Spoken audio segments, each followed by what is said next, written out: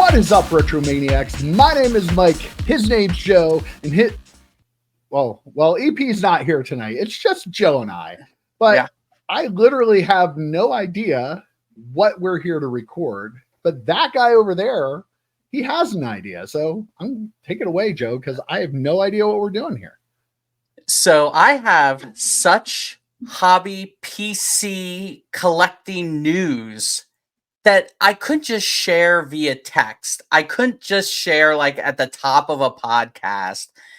I needed it's like if something like this happened to me in real life, I would be going to the shop to ask your opinion, right? So that's what I'm doing. And EP, of course, has to work because it's a day of the week, right? It's a day that ends in Y. So EP's not here, but he's EP.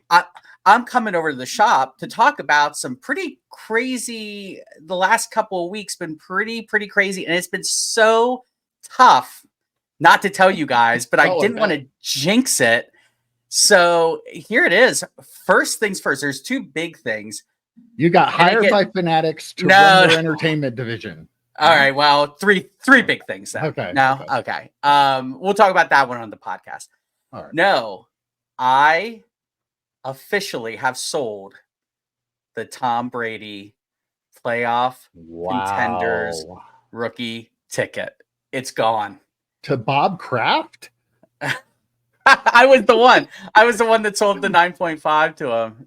No, to a fellow Brady collector who I'll talk about in a little bit. But it's gone. It's officially, and that's why I didn't want to talk about it on the podcast or what. I wanted to wait until it was officially there. Yeah. Officially delivered. The guy had it in his hands. I didn't want to take any risk. I didn't want to, tempt fate, but I wanted to make sure it was in his hand and all good. It is. But yeah, so there's a bunch of general reasons why I sold it, but there's also a specific reason why I sold it. All right. Okay. General reason. It's ridiculous to have a 5-figure card. It just is. I came to kind of that place, that mental place when I realized I never took the card out of the case. Mm. It was in a slab mag. It was in, I've shown you the metal case, Mike. You know what I'm talking about. It was like in one of the foam cases, and it was like a hard metal. And then I just put it in my safe. Like at that point, it goes from being like a hobby to being like, it almost felt like that word we don't like, that investment word. Yeah. And it really kind of felt like that to me. I didn't feel comfortable displaying it. I didn't feel comfortable having it outside of my safe for longer than to just show someone, hey, look what I have. Yeah. So that was one of the bigger reasons. And the other one was like, it was authenticated and graded by Beckett back when Beckett still had some sort of clout and weren't ridiculous. Mm-hmm. And then it was re-authenticated when I had it reslabbed to the National. But I'll tell you what, there's still that 0.00001% in the back of my mind. What if down the road I go to sell this card and it's fake? Like it just, it just like, I know it's not. I like 99.9999% of my brain tells me it's not. But you heard the horror story with my buddy, the other Tom Brady collector, who went to Beckett to have it reslabbed, and they're like, "Oh, we're not sure if this is real." And it's like that kind of started to weigh on me. That's when I started to think about actually selling it. And then beyond that, like it's an iconic card. It really is. Like we talk about grails. People throw the word grail around, but for a Brady collector, that's a grail card for sure. Mm-hmm. It's not actually. It's a cool card. It's not the nicest card. It's ugly. It's an ugly card. Yeah, I have always thought that card is ugly because the autograph being like dark, black, the dark card. It's a dark. I was literally going to say that looking card. Yeah, like not. Silver ink, right? Like, wouldn't that have been the call? Like, so it was like a card that I didn't feel comfortable displaying because of the cost. And you've been to my house, Mike. This is not the only place I display cards. I have a den where I display cards too. I didn't feel comfortable displaying it. And it's just not a great displaying card. It's funny when the guy asked me who I sold it to, he said, you know, can you take a couple of pictures, some close-ups of the auto and stuff like that? I'm like, I'm trying to put in good lighting. I'm like, boy, this doesn't look good in any lighting. Like, I didn't know. Like, I was like, I understand why it's a Grail card. It's the only auto he has that's part of a set. It's not an insert or anything like that. So I get like the lineage and the prestige of it, but I'm with you. It's just not a good-looking card. Like, give me SP Authentic, right? Like, that's a clean, bright card. So those are the general reasons. So what are your thoughts? I'm not surprised. When you first started the video, if you would have made me guess, that would have been my guess, because for knowing you, and pull the curtain back a little bit here for the viewers, Joe's a little bit OCD, and I can totally, although I also understand it, so it might not be fair to blame this on OCD, but I can totally understand your being worried about it. Like, it's such an expensive card, but it is a faked card. And seeing all the stuff that goes on, I would probably have that little bit of doubt as well. And I totally relate to the we are not investors thing. So having a card that expensive, it's too expensive to feel comfortable displaying, and I totally get that. So what's the purpose of having it other, like, it becomes a de facto investment, whether that's what you want it to be or not. So knowing how we are with the hobby, like, it was really cool journey watching you get there, and you had it. But I kind of knew from the start when you got it that you wouldn't end up keeping it long term. I mean, I know you, and I know the kind of card it is, and it was really cool. Now you can say you had it and you achieved that, but I can totally understand not wanting to keep that card around. I don't think I would either. At the end of the day, no matter how much we love this hobby, you're gonna think about, I have what amount of money tied up into that one thing that's in my case, and you know, oh, I like this stuff and I like this stuff, and I could get all that I wanted and still have all. So for people like us, I totally understand it, and not surprised, even though I am a little surprised. It's one of those things too where it's like, so you have this card that's a 5-figure card, and you think to yourself, what would Brady have to do for that card to actually then be a good long-term investment, other than it going up in value because it's just getting older? Do you know what I mean? Like, it's not like, absolutely, you know, it's just a steady bond, and I get that. But I mean, you look at the other thing that kind of freaked me out, though. I read the story after I had sold it, so it didn't bother me as much. You made the joke about selling it to Bob Kraft. The one he bought sold for, what did he get it for? Like $100,000 ish. Like 3 years ago, it was a $400,000 card. Right. So at a certain point, you know, and he's not a very good commentator. I love Tom Brady, don't get me wrong, but like he's not a very good commentator. He's already gotten the Hall of Fame bump. Sure, he might get another one when he eventually does get in what, 3.5 years or whatever it is. But like that card is just, it's not going to see many more steep climbs. I think it's going to just kind of just go like the mantle, you know, very similar. It's, and at that point, it just does feel like an investment. Can I take that money and put it into a money market and probably make just as, you know, a better amount of interest on it? Absolutely could. Yeah. Over, you know, there are better investments, I think, out there. Absolutely.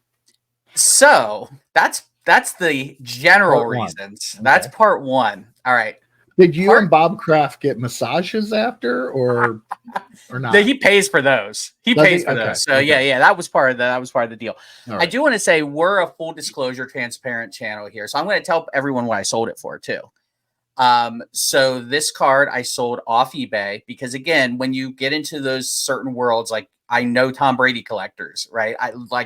We were joking around about the Fleer Ultra Wolverine. I know Marvel collectors. So if I pull something, or if I buy something, or if I'm going to sell something, I know who to go to. And I know this guy who is in the Tom Brady world, who, let's just put it this way. This card to him is I'll get around to it eventually.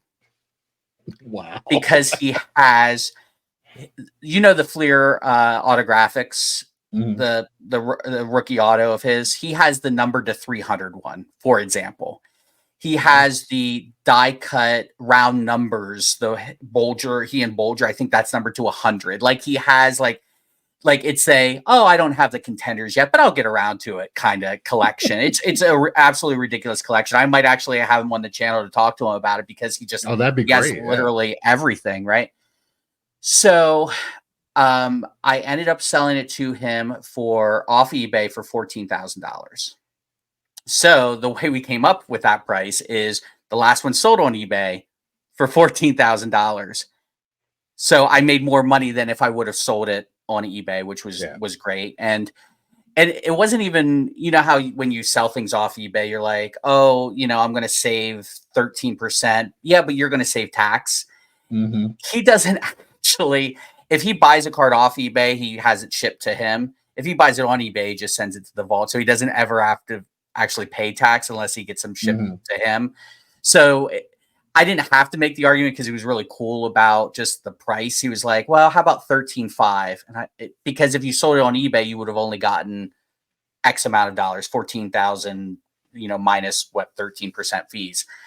And I said, I was really hoping to get the 14,000. There was one that sold on Fanatics Collect for 15,000, but it was in an upgraded slab. And as stupid as it is with the updated label, that carries a premium. Again, as stupid as it is. So he agreed to the 14,000 if I include the slab mag. So that slab mag was worth $500 right there, which was pretty great. Shout out to Dustin right there. Yeah, I think I might have gotten it off of one of his codes. But so again, full transparency, you know, did I make money? Did I lose money? The answer is yes. If you look at everything I traded and what I bought it for originally, plus the cash and all that kind of stuff and the way it filtered down, I lost money. I lost about $2,500 all told. Now, keep in mind, some of that stuff I was buying back during the boom. Yeah, you know, I was buying $1,000. It was a completely different market. Absolutely. Yeah, and to that, you know, in that vein, I did sell a lot of stuff during the boom too. So yes, I lost money on some of the stuff I kept, but I had been selling stuff and turning a profit on some of the Brady's. You know, if I upgraded to a different one, I would sell that one off at a high market price at that point. So if you take everything I bought and how much I paid for it, if I bought a card raw and sent it off to be graded, including all those costs, because you know how OCD I am about stuff like that, like figuring out exactly the penny. Yep. I lost about $2,500. Now, if I would have taken all that stuff I traded and tried to sell it on eBay at the same time I sold the Brady, the contenders, I would have probably been able, after fees, to sell it for about $12,000. So I made about $1,500 in that, if you look at it that way. So yes, I lost money, but I was always going to lose money. You know what I mean? Like I was always going to lose money if I sold that stuff then. Yeah, absolutely. The stuff that I bought then, if I sold it now, I was always going to lose money. Yeah. You know, there's no way, if you bought stuff at a certain point in time, there's no way to make money on it now if you sell it. Like, right. It's just, that's how this hobby was with it. Such a peak. So like you said, you sold a lot of stuff that you made money on. Guess what? The hobby is a big picture thing. You don't make money or lose money on any individual sales. It's the culmination and the combination of everything you're selling. So yeah, I mean, I'm not surprised. I would not have wanted to sell that card on eBay. I would have been so nervous about, okay, what kind of game is this person going to play? How are they going to try to scam me out of my card? So I would have hated that. So just knowing somebody and knowing they're legit and being able to sell it off at eBay was a huge win for you, I think. Yeah. In regard to that. Yeah, I agree. And, you know, not having to go through the rigmarole of the fees and all that. But I will tell you one thing that was very nerve wracking. Do you know there is a cap on how much insurance you can put on something at the USPS? Yeah, I did know that. So Let's just say I was a little puckered up for about 3 days waiting for that to get there. I insured it at the max I could insure it at, and I sent it, like 2-day prior, whatever, like it was like $100 a ship. Now that I paid the 14,000 was including shipping. Yeah. I was going to be like, I get $14,100, but the shipping was about $100. But it got there safe and sound. So, so that's part 2. Part 3, you kind of alluded to, knowing you like to do other things and knowing like buy other things. But can I interrupt you for a second? Without a doubt, know that there is a part of what you're going to do or you are doing that led you to do the first part of it. Yes. So I was kind of borderline on if I was going to say, like, I was kind of looking in that direction. So every morning I wake up, and you know how some people open up their newspaper for the kids today. That's a thing that you used to read on paper versus on your phone. But open up their newspaper, make a coffee, and just kind of flip through. I'm kind of like that with my eBay saved searches. Right. So in the morning, I'll sit there, have my coffee. I'll scroll through my saved searches email. Cause that they come at like 3 a.m. if you have them sent to your email. Yeah. And I screen cap something and send it to you guys. It is a 99-cent auction for a Star Trek card. Do you remember this? Kinda, yeah. Now, specifically, it is the James T. Kirk, William Shatner, dual auto with Jean-Luc Picard, Patrick Stewart card. Mike, if you want to, I can email you the picture. I don't have that. Here. Yeah, put it down somewhere. There. Put it down there. I'll put it. Yeah, down there. Put it in EP, where EP normally should be. Yeah, well, we'll replace EP with it. Yeah. It's a much better look. So I saw that card come up for 99 cents, and I looked, and if folks have watched the Star Trek videos on the channel, they know that I have talked about this card before and how the guy had it originally for like $10,000. It's a PSA 9. And I'm like, that's ridiculous. The Nimoy, who has passed away, and the Shatner duel is like a $2,000 card. And then I started to look. It's actually the last one sold for $4,000, the Stewart and the Shatner. And I'm like, so I reached out to the guy and we started emailing back and forth. And he wanted like almost $6,000 worth of cash in trade. And some of the trade was some Patrick Stewart cards I already had that I would have to then replace if I want to try and complete this collection I'm working on. And I'm like, you know what, man, as much as I'd love to, I can't see spending that kind of money on that card at this point. So he's like, okay, no problem. Kept it up there, lowered the price then on eBay to around 6,000. So I'm like, still, no, that's ridiculous. But then he put it at a 99-cent auction. I don't know why. He put a couple of things up. So I don't know if he was like just trying to move inventory or if he needed the money or whatever. But he put a couple of bigger cards up for 99 cents. And I don't know if you remember me saying this to you guys. I said, that card will be mine. I do remember that. Yes. That card just passed authentication. It will be mine shortly. It is in the mail. I put a bid of, childishly, $5,169.69, because of course I did. And I got it. Good luck. It is good luck. It is good luck.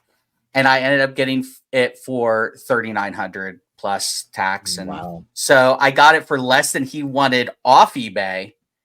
And he got way less than what he could have gotten from me. So that feels like a big win. Why in the world, if he had somebody interested in the card, was he that confident that he was going to get at least $6,000 out of it, that he just goes at 99-cent auction instead of contacting you and maybe saying, hey, I'm thinking about putting this up for auction? Because at what price would you have to have gotten on eBay to, like, I would have given him 4,000 off of eBay, so I'm thinking, at what price would he have had to get on eBay to equal that? You know what I mean? Like, I'm sure I could do the math, but it's over for it. It probably would have been $5,000. He probably would have had to sell it for on eBay to get, the 4,000 of me. Regardless, I mean, I think it was a mistake on his part. And I was kind of in that in between period where it was like, I want to get this for a really good price, but I was very nervous that if I got it for $2,000, he would have just canceled the sale. Yeah. So at that point, it's like, what do you do? So I was kind of like, I want to get it for a good price, but not a really, really good price, because I did feel like it would have been canceled and I would have gotten it. But as soon as that card went for auction, as soon as I knew I was going to spend like over $4,000 on that card, that's when I reached out to the Brady buyer. And I even told him, I said, I'm thinking about selling my Brady. Are you interested? He goes, yeah, I haven't gotten one yet. I need that kind of money, by the way. And I said, oh, okay, that sounds good. I said, I'm actually looking at this card. And I sent him a picture of it. He goes, oh, that's an awesome card. And he started following along the auction because he was rooting for me to get it, because that man, I would have sold him my Brady. Wow. So it ended up working out to, I basically traded the Tom Brady Contenders for this dual auto and $10,000. I can't complain about that. I think that it turned out to be a good thing. And Mike, knowing me as long as you've known me, the first thing I started looking at when I came to your shop were Star Trek cards. Like, that just the perfect Joe Day card? That is the whole reason we are here, sitting here talking about cards on YouTube. Yeah. Because of Star Trek cards. Yeah. How crazy it's kind of crazy. Wow. Full circle. Holy cow. But it really is. Congratulations. I'm glad you. I wish I had the card. I know. I wish I had the card physically here to show you, but I'm going on vacation here at the end of the week. It's probably not going to come till next week. And I could not contain, like, the fact that I've been able to hold off telling you guys this long is actually pretty impressive. That is impressive. Yeah. Very good job. Was like, luckily, I was hungover when we recorded the podcast this past week, because I was too groggy to even remember I bought that card. But yeah, I'm glad it's done, and I'm happy with it. And at the end of the day, I think that's what it comes down to. You got to be, and I'll display this card. I won't have any compulsion about displaying that card because it looks cool. It's a cool looking card. And anybody that comes in your house, they're not going to be like, oh, I got to steal that. So Right. Anybody who knows anything about cards would know the Tom Brady card. Oh, it's just a Star Trek card.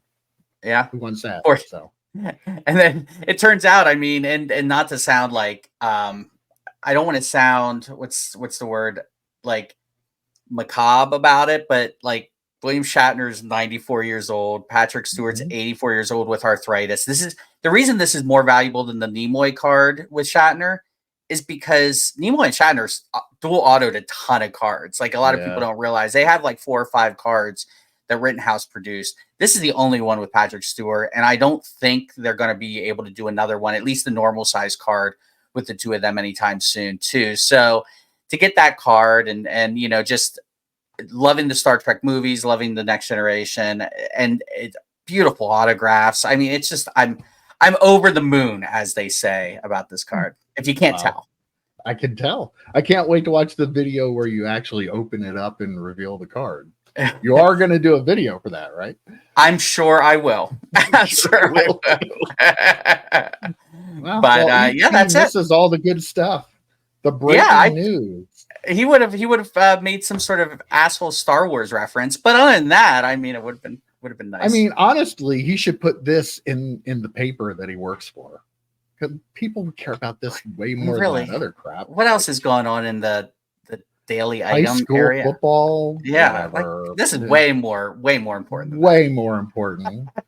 Well, congratulations, Joe. What a huge announcement. I'm surprised, but I'm not surprised. Yeah. But I do want to give you congratulations, and let us know in the comments if you're actually watching this extra edition without EP. I hope like this gets like 20,000 views with no at EP. least. That'd be great, wouldn't it? Just title it, Joe Day traded a Tom Brady card for a Star Trek card. What? That might get some views. That should get some views. All right, Joe. Well, this was huge news, breaking news. I hope everybody enjoyed this. And I don't know what day. I guess it's Thursday today. So watch 3 cards tomorrow. And watch 3 cards. I think we have a video. Oh, we have 8 questions on Saturday. We have 8 questions. Dane from Dynasty Breaks, who actually does know about this as well, because he was going to help me sell the Brady if I ended up selling it through Fanatic. Everybody knew but us. Literally everyone knew but you guys. Oh, well. Keep it fun for the viewers, right? All right, Joe. I'll see you later. Take care, buddy.